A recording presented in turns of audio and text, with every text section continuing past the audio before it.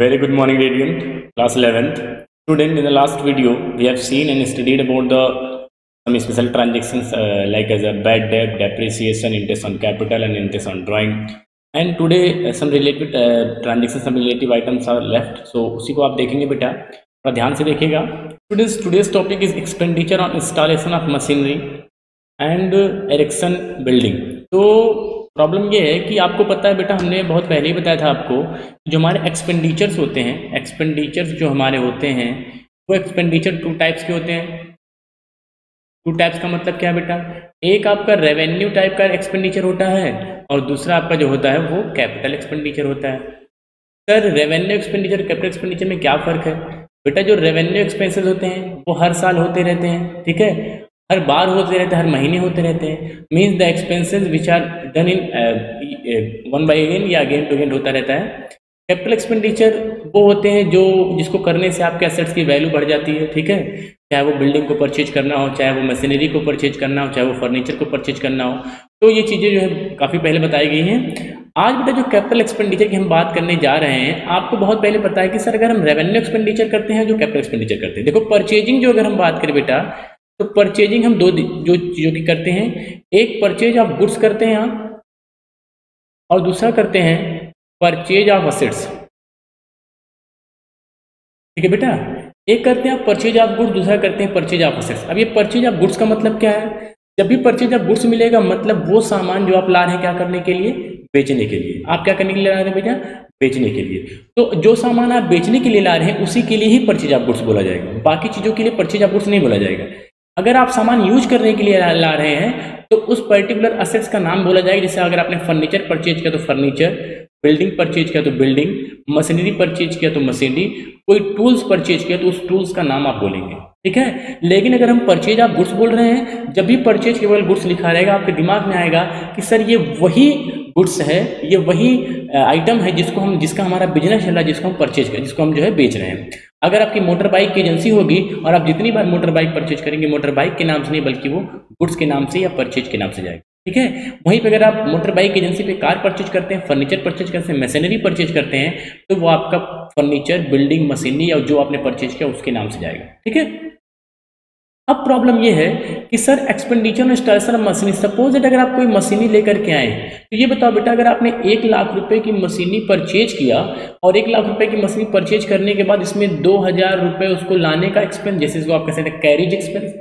Suppose या transport से आपका सामान आया, कानपुर से या कहीं से भी आपका सामान आया यहाँ तक, तो 2000 का आपका जो है वो कैरेज एक्सपेंस हो गया. इसके बाद बेटा और आगे चलते हैं तो हो सकता है उस पर जो है इंस्टॉलेशन चार्ज लगे. इंस्टॉलेशन का मतलब होता है कि बेटा जो मशीनरी आपकी आई तो कुछ फाउंडेशन बनेगा, उसी फाउंडेशन पे इस मशीनरी को जो है इस्टेब्लिश किया जाएगा, ठीक है. जो मशीनरी आई है वो इसी पे इस्टेब्लिश की जाएगी, तो उसके लिए इंस्टॉलेशन चार्ज आएगा. अब इंस्टॉलेशन में चाहे इंजीनियर कुछ पैसा ले या आप वर्कर को दे, वेजेस पे करे, लेकिन ये जो पर्टिकुलर असेट्स आप परचेज करके ला रहे हैं, जो मशीनरी आप परचेज करके ला रहे हैं, वो मशीनरी जब, लिसन केयरफुली सुनिए, कि वो मशीनरी जब से परचेज की जाएगी और जब तक वो यूजेबल नहीं हो जाएगी. यूजेबल का मतलब बेटा जब तक वो काम लायक नहीं हो जाएगी, जब तक वो चलने लायक नहीं हो जाएगी, ठीक है, जब तक वो यूजेबल ना हो जाए, ठीक है, तब तक का कॉस्ट उसमें जोड़ दिया जाता है. मतलब ये कि सर अगर हम मशीनरी परचेज करके लाए 1 लाख रुपए, 2000 रुपये इस पर इंस्टॉलेशन का या उस पर जो है 2000 रुपये आप उसको जो है कैरिज एक्सपेंस कर दीजिए, ट्रांसपोर्ट का एक्सपेंस कर दीजिए, 5000 रुपये आप जो इंस्टॉलेशन का उसको बैठाने में खर्चा कर दीजिए 5000 रुपये, तो आपकी मशीनरी की कीमत बोली जाएगी 1,07,000 रुपये. ये कहाँ से आया बेटा?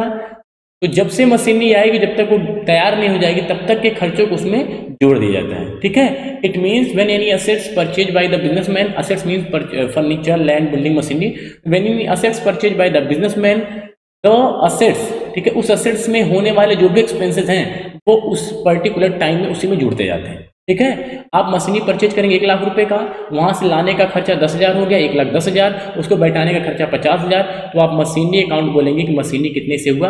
1,50,000 से, ना कि जो है 1 लाख रुपए से.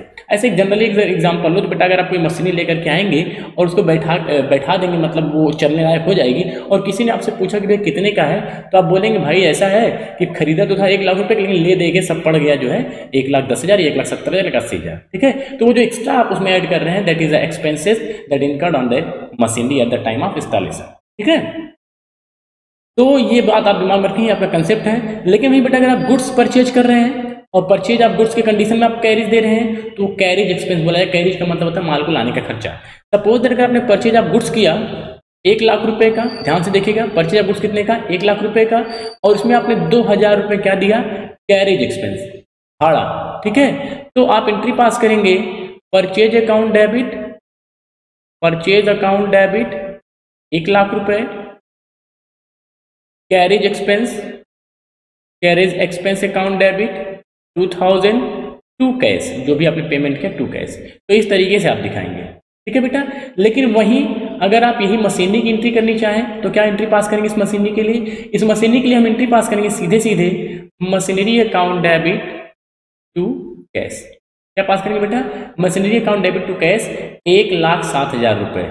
रीजन क्या है कि जब तक मशीनरी बैठ करके, जब तक मशीनरी बन करके तैयार नहीं हो जाएगी तब तक का कॉस्ट उसमें ऐड कर दिया जाता है। इंस्टॉलेशन का मतलब बैठाने का खर्चा, इरेक्शन ऑफ बिल्डिंग का मतलब बिल्डिंग को बनाने का खर्चा। ऐसे ही अगर आप बिल्डिंग परचेज करते हैं, बिल्डिंग तो ऐसे डायरेक्टली परचेज करेंगे तब भी, और अगर आप बिल्डिंग को बनवा रहे हैं उसमें सीमेंट, रॉड, जो भी सरिया वगैरह आप लगवा रहे हैं तो वो सीमेंट सरिया या इस तरीके से नहीं जाता, वो सिर्फ बिल्डिंग के ही नाम से जाएगा जब तक बिल्डिंग का कंस्ट्रक्शन हो, ठीक है।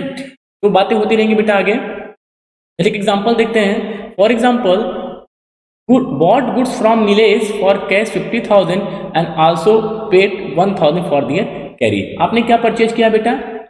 आपने परचेज किया गुड्स। तो जब भी बेटा आप गुड्स परचेज करेंगे, तो मैंने भी आपको एग्जांपल दिया कि जब आप गुड्स परचेज करेंगे, परचेज की कंडीशन में हमेशा परचेज डेबिट होता है। कितने का? 50,000 का, ठीक है। इसके बाद जो कैरेज एक्सपेंस, वो कैरेज एक्सपेंस के नाम से दिखाएंगे, कैरेज एक्सपेंस के नाम से दिखाएंगे, कैरेज एक्सपेंस डेबिट 1,000, ठीक है। और टू कर देंगे टू कैश अकाउंट 51,000। तो being goods purchase and carry inward या कैरीज आउटवर्ड, मतलब माल को लाने का जो खर्चा हुआ, जो गुड्स को लाने का खर्चा हुआ, वो आपने यहाँ पे डेबिट कर दिया। तो परचेज की कंडीशन में परचेज डेबिट होता है। एक्सपेंसेस को आप परचेज में नहीं ऐड करेंगे, उसको आप अलग से दिखाएंगे 1,000, ये बाद में खर्चा माना जाएगा, लेकिन अभी के लिए एक्सपेंस मान करके आपने इसको डेबिट कर दिया, ठीक है। लेकिन वहीं आगे एग्जाम्पल करके देखते हैं बेटा कि अगर हमने अब की बात परचेज के बल क्या लिखा है बेटा? परचेज के बल गुड्स नहीं लिखा है। क्या नहीं लिखा है? गुड्स नहीं लिखा है। तो अब आप क्या करेंगे? तो आपको सर प्रॉब्लम हो गई बेटा, अगर परचेज के बगल गुड्स नहीं लिखा है और किसी एसेट्स का नाम दिया गया है तो कैसे एंट्री पास करेंगे?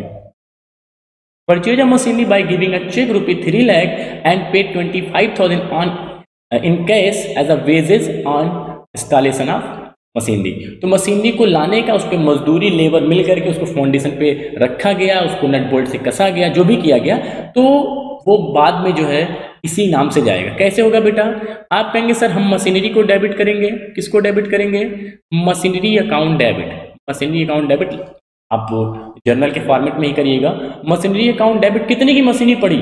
हमने बोला कि बेटा जब मशीनरी परचेज करके आएगी वो, और जब तक मशीनरी का इंस्टॉलेशन का उसमें खर्चा आएगा, चाहे वो वेजेज हो, कैरेज हो, इंस्टॉलेशन हो, वो सारे कॉस्ट उसमें ऐड होते जाएंगे। तो सर मशीनरी की कीमत हो गई 3,25,000।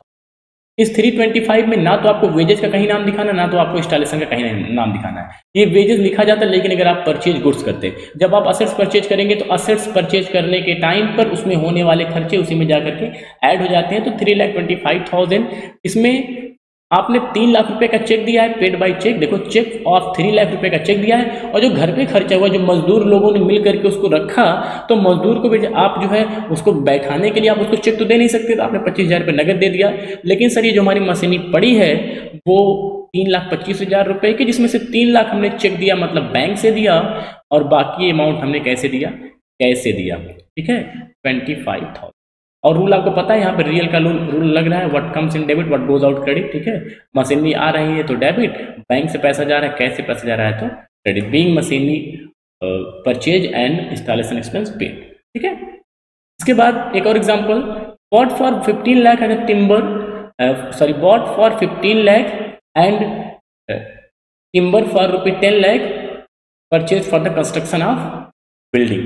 तो आपने यहाँ पे बॉट फॉर 15 लाख, ब्रिक्स था बेटा, यहाँ थोड़ा सा मिस हुआ। ब्रिक्स मतलब जो है ईट आपने परचेज किया है 15 लाख का, ठीक है। तो आपने ईट परचेज किया है 15 लाख का, और आपने टिम्बर परचेज किया है। टिम्बर मतलब जो टीन शेड वगैरह होते हैं, आपने सुना होगा, वो 10 लाख का। For the construction of building, ठीक है, तो बिल्डिंग को बनाने के लिए आप कुल कितना खर्चा कर रहे हैं सर? 25 लाख रुपए। तो 25 लाख रुपए अगर आप बिल्डिंग को बनाने के लिए एक्सपेंस कर रहे हैं तो बेटा मेरा ऐसा नहीं है कि आप ब्रिक्स को एक बार ब्रिक्स डेबिट करेंगे, फिर सीमेंट को डेबिट करेंगे, फिर जो आपका रॉड होता है मीन सरिया अगर आप उसको डेबिट करेंगे तो फिर बीच में कुछ और सामान आते हैं। बिल्डिंग बनाने में तो बहुत चीजें लगती हैं, ठीक है, आप उसको डेबिट करेंगे, लेबर आ गया तो लेबर को डेबिट, आप ऐसा कुछ नहीं करने वाले, ठीक है। बिल्डिंग में होने वाले जितने भी एक्सपेंसेस हैं, चाहे वो ब्रिक्स हो, टिम्बर हो, सीमेंट है, रॉड, जितने भी एक्सपेंसेस हैं वो सिर्फ बिल्डिंग के ही नाम से बोले जाएंगे। तो एंट्री आपके पास हो जाएगी building account debit, building account debit. कितना? 15 लाख ये और 10 लाख ये। कितने की बिल्डिंग बन रही है? 25 लाख रुपए की। ना तो आपको टिम्बर दिखाना, ना तो आपको ब्रिक्स दिखाना, ना तो आपको रॉड सीमेंट, कुछ भी नहीं दिखाना आपको। Building account debit to payment made by cheque, तो आप टू बैंक करेंगे। जहां पे चेक होता है वहां पे बैंक यूज होता है, जहां पे अगर चेक की बात नहीं किया है या कैश बोला तो वहां पे आप कैश यूज करते हैं 25 लाख, ठीक है। Being construction of building and amount paid, okay. इसके बाद बेटा परचेज एंड ओल्ड मशीनरी। अब की बार एक पुरानी मशीनरी परचेज की, आपको पता है कि कुछ पुरानी मशीनरी भी हमारे काम लायक होती है, उसको हमने परचेज कर लिया। तो 1 लाख रुपए का मशीनरी परचेज किया और उसको 5000 लाने में लग गया। अब कानपुर से आप कानपुर में गए तो घूमने के लिए, आपको पता चला कि ये मशीनरी जो यहाँ पे फेंकी है कबाड़े में वो हमारे काम की है, स्क्रैप जैसा था लेकिन हमारे काम की है। तो आपने उस मशीनरी को परचेज कर लिया। कितना पे किया मशीनरी के लिए? सर हमने 1 लाख रुपए पे किया, ठीक है। इसके बाद सर हमने उसको कैरिज के लिए, उसको लाने का मतलब भाड़ा कितना दिया? सर 5000 रुपए दिया। इसके बाद सर हमने उसमें जो है 20,000 जो है वो तुरंत उसको रिपेयर कराया, क्योंकि वो कबाड़े में पड़ी हुई थी, ओल्ड मशीनरी थी, तो वो रिपेयर कराना जरूरी था, नहीं तो वो चलता नहीं, ठीक है। जैसे आपने जनरेटर सुना होगा, इंजन सुना होगा, तो वो इस तरीके से। तो कुल कितने का हो गया मशीनरी? 125,000, ठीक है। मशीनरी की कीमत, लाने का खर्चा और रिपेयर का एक्सपेंस। रिपेयर एक्सपेंस उसी समय हुआ है तो आप जो उसको ऐड कर देंगे। तो जो भी असेट्स परचेज किया था उस समय होने वाले सारे खर्चे उसमें ऐड कर दिए जाते हैं। तो आप एंट्री पास करेंगे machinery account debit, machinery account debit 125,000 to cheque है तो बैंक कितना? 120। मुझे लगता है कोई डाउट नहीं है, बी मशीनरी परचेज लिख दीजिए, बस कोई दिक्कत की बात नहीं है। मशीनरी पे होने वाले सारे खर्चे मशीनरी के ही नाम से दिखाए जाएंगे, उनको आप अलग से कैरिज या रिपेयर के नाम से नहीं। इसके बाद अब है paid ₹2,500 for repairing of the office furniture. देखो बेटा, अगर कोई एसेट्स आप परचेज करके ला रहे हो, कोई एसेट्स परचेज करके ला रहे हो, तो उस समय होने वाले जितने भी खर्चे होंगे, ठीक है, जो असेट्स आप परचेज करके ला रहे हो उस समय होने वाले सारे खर्चे उस असेट्स में क्या कर दिए जाते हैं? ऐड कर दिए जाते हैं। और ऐड करने के बाद टोटल असेट्स की वैल्यू बोली जाती है, ठीक है। लेकिन क्या होगा बेटा? लेकिन अगर एक्सपेंसेस बाद में हो रहे हैं, मतलब 2-4 साल बाद, 1-2 साल बाद हो रहे हैं, तो उस एक्सपेंसेस को उनके नाम से दिखाया जाता है। मैं आपको एक एग्जांपल बताऊं कि बेटा कोई रिपेयर है, रिपेयर एक्सपेंस है। अब आपने मशीनरी को परचेज किया और उसी समय रिपेयर करवाया, उसी समय लाया, उसी समय इंस्टॉलेशन किया, तो मशीनरी के नाम से दिखाया जाएगा। लेकिन वही मशीनरी अगर 2 साल 4 साल चल गई और उसके बाद आपने उसमें 2,000-3,000 का रिपेयर करवाया, उसकी मोबिल वगैरह बदल दी, तो उस कंडीशन में ये रिपेयर एक्सपेंस के नाम से जाना जाएगा, ठीक है। तो जिसमें परचेज करेंगे उस समय रिपेयर वगैरह होता है, खर्चे होते हैं, तो उसमें ऐड कर दिए जाते हैं। लेकिन बाद में अगर होते हैं तो वो उस पर्टिकुलर एक्सपेंस के नाम से दिखाया जाता है। जैसे यहाँ पे दिया है कि पेड ₹2,000 ₹2500 अपने फर्नीचर को रिपेयर कराने के लिए दे दिया गया, तो फर्नीचर के नाम से नहीं जाएगा, क्योंकि फर्नीचर पहले से जो है वो दे दिया जा चुका है, पता नहीं कब का फर्नीचर है। तो ₹25 अभी आप कर रहे हैं, तो रिपेयर अकाउंट डेबिट, ये सीधे रिपेयर, सॉरी यहाँ पे हो जाएगा repair expense account debit, repair expense account debit बेटा 2500। शायद आपको बातें समझ आ गई होंगी। शायद होमवर्क के तौर पे देख लीजिए, आपको सेम एग्जांपल हमने दे रखा है, अगर कोई प्रॉब्लम होगी तो आप जो कनेक्ट कर लीजिएगा हमसे। या 2-3 एग्जांपल हमने पिछले वीडियोस के दे रखा है, जैसे आउटस्टैंडिंग का और जो है बैड डेट वगैरह का, तो आप कर लीजिएगा, ठीक है बेटा। तो I think that is enough for today. Thank you, have a nice day.